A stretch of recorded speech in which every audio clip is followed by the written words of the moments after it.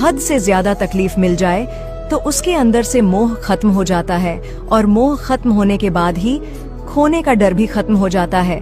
फिर चाहे वह दौलत हो, रिश्ता हो या वस्तु, या फिर चाहे जिंदगी ही क्यों ना हो। आजकल लोग एक दूसरे के साथ तो होते हैं लेकिन समझ के साथ नहीं। रिलेशनशिप सिर्फ साथ रहने का नाम नहीं, एक दूसरे को समझने की कला है। जब आप बिना कहे सामने वाले की हालत समझ पाओ, वही असली रिश्ता होता है। हर बार लॉजिक काम नहीं करता, कभी कभी इमोशन ही रास्ता दिखाते हैं।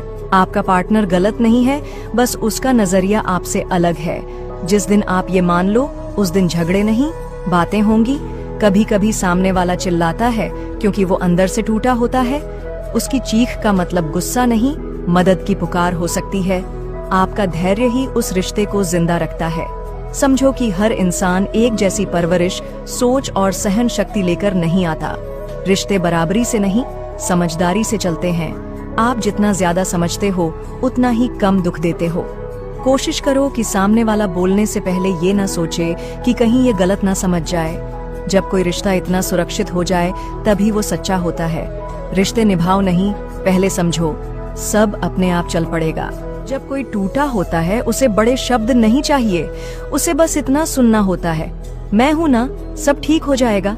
ये 4 शब्द कभी कभी किसी की पूरी रातें सुकून से भर देते हैं।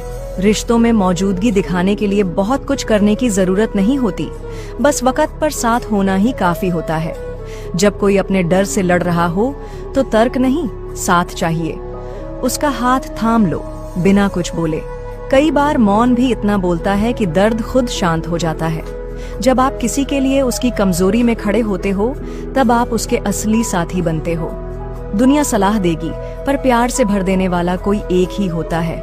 आप वही बनो, वो एक इंसान जो सिर्फ बोल दे, मैं हूं ना। यकीन मानो, कई बार आपकी मौजूदगी ही दवा बन जाती है। रिश्ते में सबसे बड़ी ताकत ये होती है कि कोई बिना मांगे भी साथ दे, और यही साथ जिंदगी की सबसे बड़ी हिम्मत बन जाता है।